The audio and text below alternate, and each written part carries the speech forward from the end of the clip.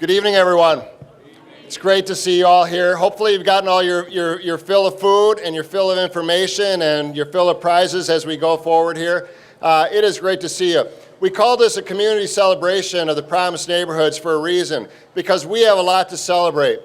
You know, a few years ago, I first heard about this guy out in Harlem by the name of Jeffrey Canada. And I saw the work that he was doing to really organize the work of a community around education in a completely different way. As I said, it was about community building, but it was focused in on making sure that all of our kids were successful, making sure that everyone had the right education to go on to college, to be successful in life. But what they realized was that it took more than just, saying the teachers needed to do this or the schools needed to do it. It was about an entire community embracing their responsibility in educating all of our children, closing the achievement gap, and making sure that all of the resources that we had could be brought to bear on solving a long-term problem of an achievement gap and kids not doing well enough to really get a good job and go on to college, et cetera. So when I heard about that, my ears perked up and I thought, well, this is great. We've got to figure out a way that we can bring something like this to the city of St. Paul. Fast forward a few years later, we have a new president by the name of Barack Obama. Some people seem to have forgotten that we have a president named Barack Obama, but I haven't. And he too had heard about the work of Jeffrey Canada. He too had understood that you have to have an entire city come together in order to support education. And so they put their money where their mouth was and they said, you know what? We're going to take this model in the Harlem Children's Zone and we're going to bring it to other communities across the country. So lo and behold, on September 21st, it didn't just happen miraculously. There were a lot of folks that put a lot of time putting a grant together, or a grant application. But on September 21st of this last year, I was walking into a coffee shop and I got a phone call from Erica Schumacher, who works on my staff. And Erica doesn't usually call me early in the morning, so I knew that there had to be something up. Now, I had forgotten that this was the day that the grants were to be announced. So I picked up the phone and Erica says, "We got one." And I said, "We got what?" She said, "We got one of the Promised Neighborhood planning grants." And the rest is history. I was so surprised, I was so happy, I was so thrilled. But it was because there was an incredible partnership that worked on this, that put this grant together. There was no better partner than the Wilder Foundation.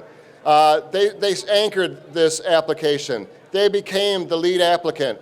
There were a lot of folks that came together for this, but if it wasn't for Wilder stepping up to say that they wanted to be a part of this, quite frankly, I'm not sure that we would have gotten that grant, that we would have been able to move forward.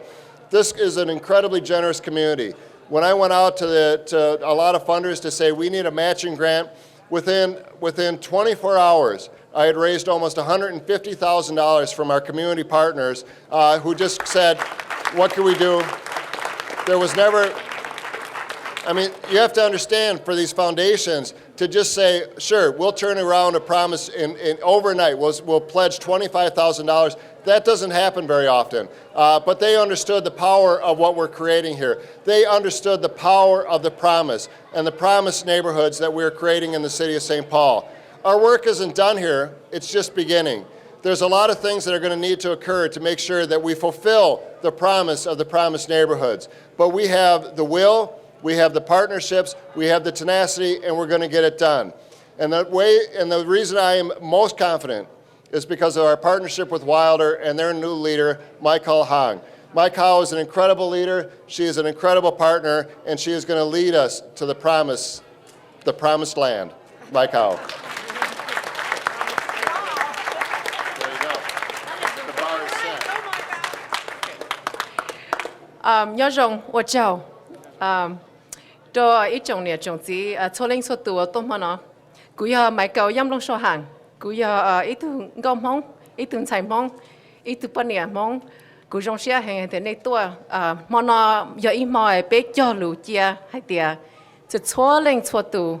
cho tin hình ảnh nhỏ họ bé chương trình nó nè ý thắt chặt nó nhỏ họ xem phong nè để lúc xí hơi lót gió rồi bây giờ chủ ba số lên số tu.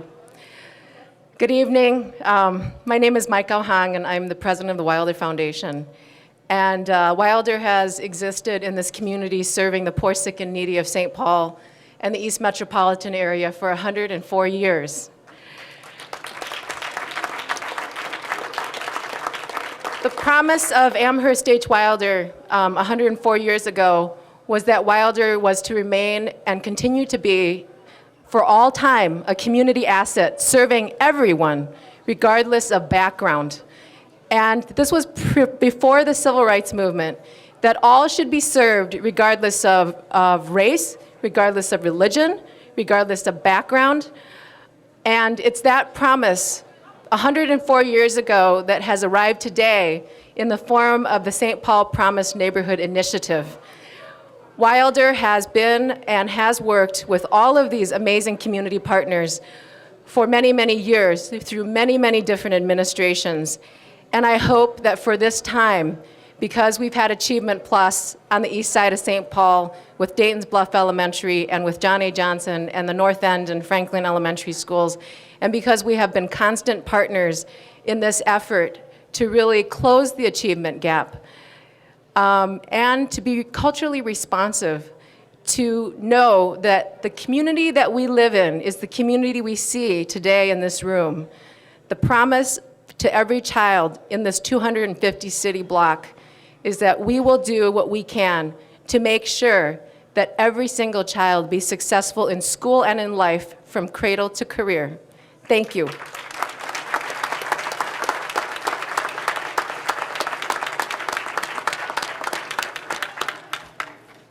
Thank you very much, my cow. And it's my privilege next to introduce the superintendent of our schools. The last of my children just graduated from Central High School. St. Paul schools have had my kids in their care. I'm sure many of your kids as well. And I'm really proud to know that somebody like Valeria Silva is now in charge of those schools and keeping them on the great course that she's taking them.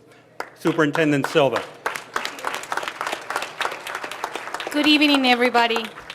I am in charge of the schools, but we are in charge of the schools because a superintendent or a mayor or a foundation cannot do this work alone. And I think this is the best part of this grant, is giving us the opportunity to show the community and our students and our future workers that a city that is stayed together can do things that are beyond our imagination.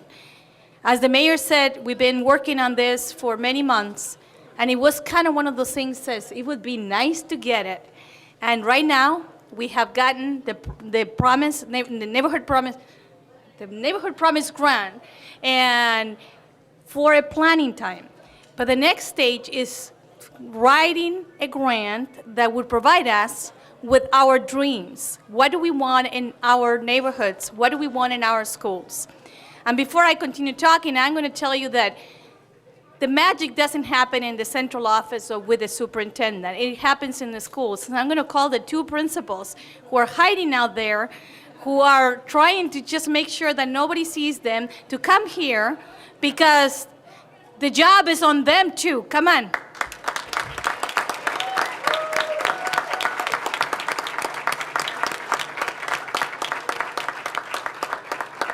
The two principals have been working in St. Paul for many years, have a lot of experience. They're very excited about the work that is ahead of them. They don't really know what the work is. That's why they're very excited.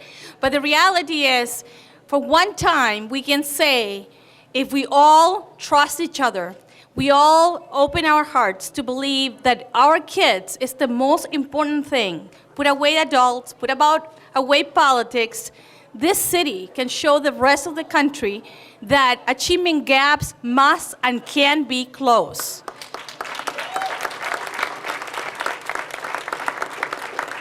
Not always money, don't tell that to the politicians, does it, but it does help. But it's how we organize with the money, that we're not doubling the resources or doing the same things. So all of you for being here, to us, it's just an immense show of the support that you're giving us. The next stage is when we get the grant, because we're not going to think small, when we get the grant, we need to stick together and make it happen. Our kids deserve this and more. Thank you for your trust and the trust in all of us. Thank you for your work. Thank you. thank you for being here tonight. Thank you, St. Paul. Thank you, Summit Youth. Thank you, Frogtown. Thank you to all of our partners, some of whom are up here with me, but most of whom are out here before us. You know, as I looked around coming into the building today and saw so much of our community here, first of all, of course, our beautiful children, I could not help but remark that the promise is ours, and the promise is today, the promise is here in all of us working together. And this is not the beginning, this is a part of the process of our working together. You know, St. Paul is an incredible place for those teachers who are out there. St. Paul is a wonderful place, and we've worked together in many partnerships and many collaborations over many years, and we have done wonderful things, and even more wonderful things are yet to come, because this promise is about all of our children, whoever they are, succeeding, being healthy, being happy, learning, achieving, and growing, and becoming prosperous for themselves and for all of us. Because we cannot be a prosperous community without tending to all of our children. And yes, we can. All of our children can grow to be what God has intended and placed within them, that they will be able to become and achieve. So I'm thankful for the work that has brought this planning process, because it gives us the opportunity to bring us together. And this will not be the last gathering. There will be many. And so the gifts that all of us bring can be added and networked and shared so that our children will have the very best, to ensure that from cradle to career, they are surrounded with the supports that they need. And so today I say simply, thank you to all of you. And children, we see you. And it is our desire that you will see every opportunity for your lives. Thank you. Thank you so much, Tony. Another public official who cares very much about this community, serves on our city council, a leader of our city, Council Member Melvin Carter.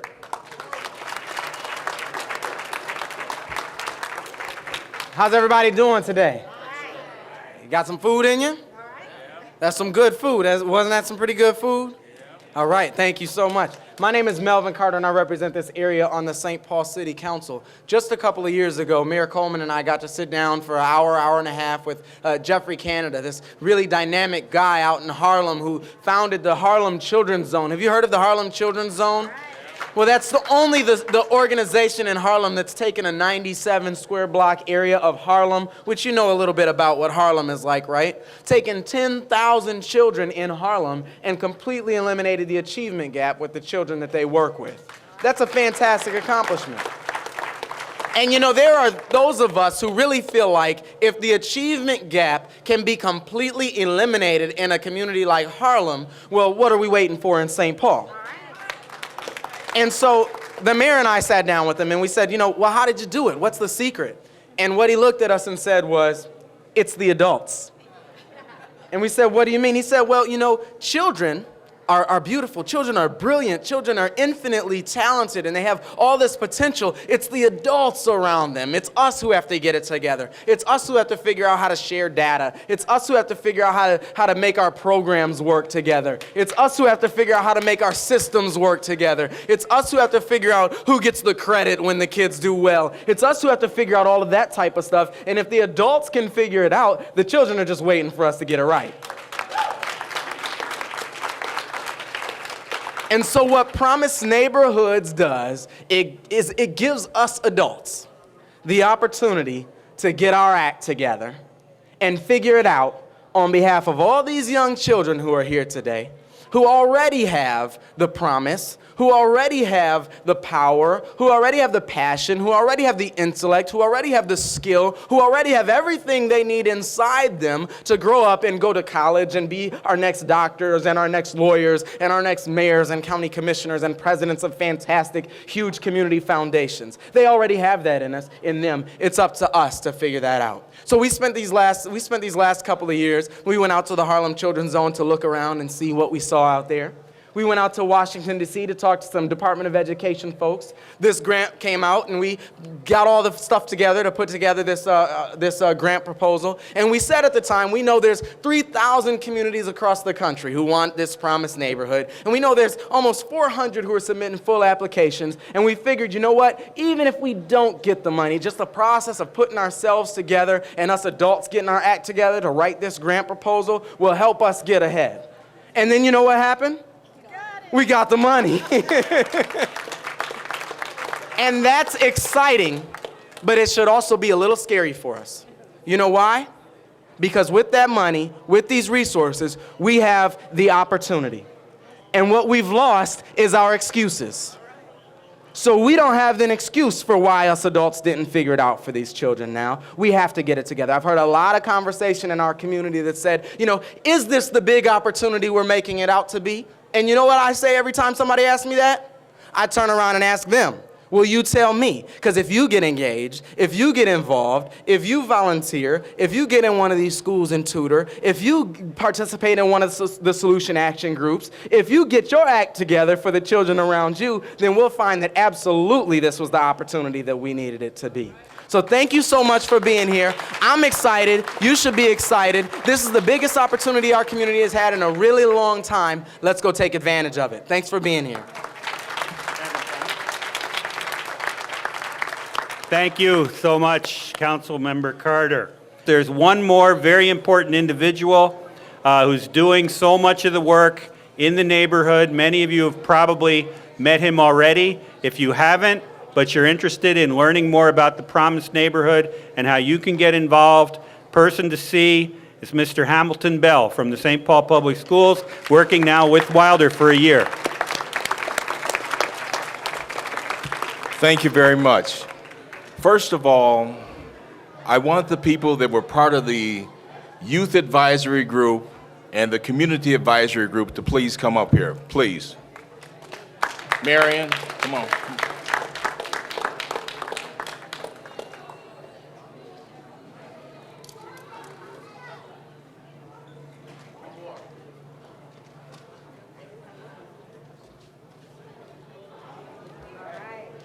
All right, thank you. This group right here represents, once we found out that we got the grant, we had the Youth Advisory Group and the Community Advisory Group. We met for a series of 3 different times. We talked about what does a promised neighborhood look like to you. Everybody said we want safe schools, we want quality neighborhoods, we want to make sure when we go to recreation centers that they feel warm and welcoming, and we want St. Paul to become a special place once again. And I just want to say, could you please give them a round of applause because they were fantastic.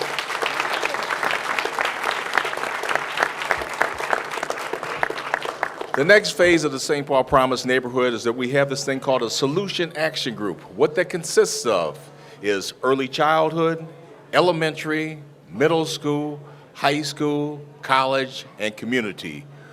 We are looking for people to serve on these particular 6 areas so we can form what is needed for the St. Paul Promised Neighborhood. We want the best, the brightest, and as I look in here, the most compassionate people in St. Paul and from surrounding areas. We want to make sure that we can create the condition so our neighborhoods can have the best education, they can have quality rec centers, they can be warm and welcoming, and St. Paul becomes neighborhoods again because St. Paul has always looked out for one another in many different ways. Only thing I can say, if you need to register for a Solution Action Group, please sign up for it.